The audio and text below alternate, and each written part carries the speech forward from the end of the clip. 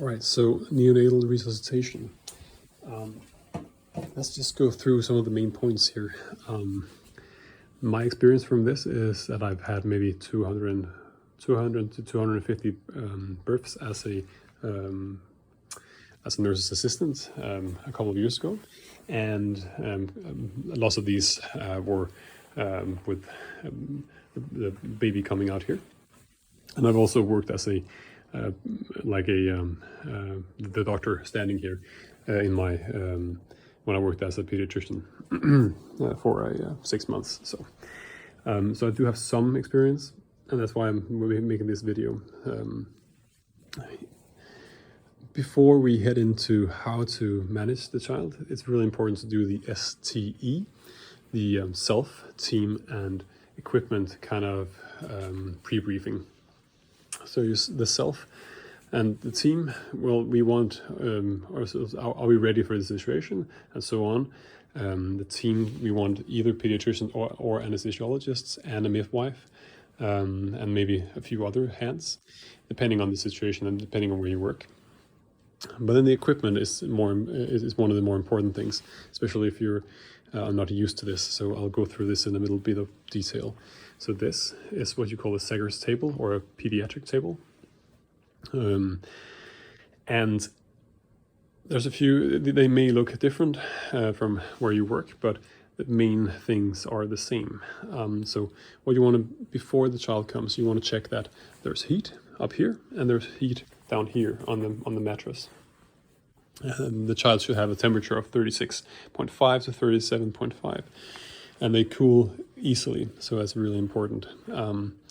Then you can go through and a different checklist. Usually there should be a checklist here. There isn't, but if there isn't a checklist where you work, then you can either make one or you can do an ABC fashion kind of walk through. So for A, you want to check that there's a there's a good positioning device, a towel under the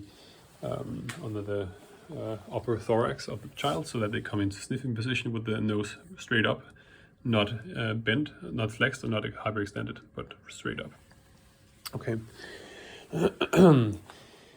Then you want to make sure that there's a clock that you can start here, and you want to make sure that you have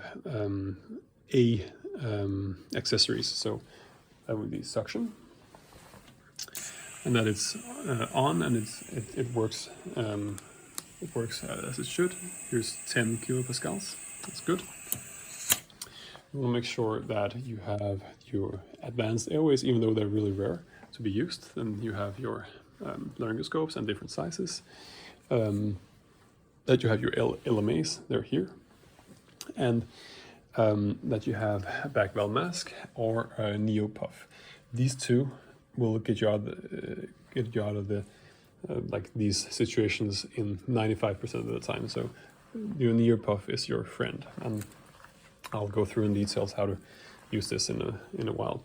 But the main thing about these is that you want to check that they work first of all, and that they have the correct size, the correct sizing mask for the child that you're expecting here. But so here you will check the. So when I turn this on, then if I put my hand here like that, then you can see then you get CPAP, and then that's how much is that? It should be around 5 to 6 to begin with. Some guidelines would say 6 to 8. There is a risk of giving the child barotrauma, so depends. But North American guidelines would say 6 to 8, I think, and ERC says 5 to 6. All right. Then you want to check here, and you also want to check up here. See if I can do this. So if I move it like that, here, all right, and you want to check here as well. So this would be 30. So this is for inspiration. Okay. Then you want to check that the oxygen saturation is room air to begin with.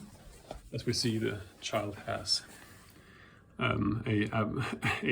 after 10 minutes they will be between 90 and 95 optimally, but before then they are low in saturation, and high saturations increases the risk for mortality and retinal damage.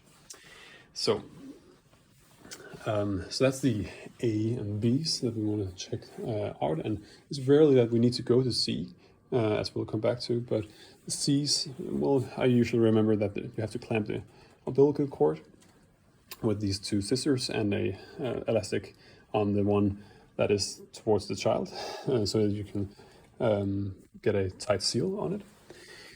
And yeah, that's from the top of my head the main things that we need. There are some accessories that we also need.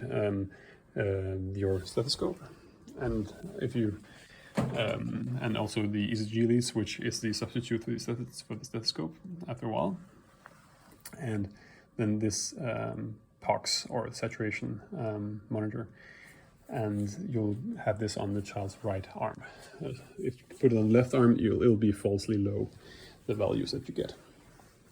Okay, so now we're ready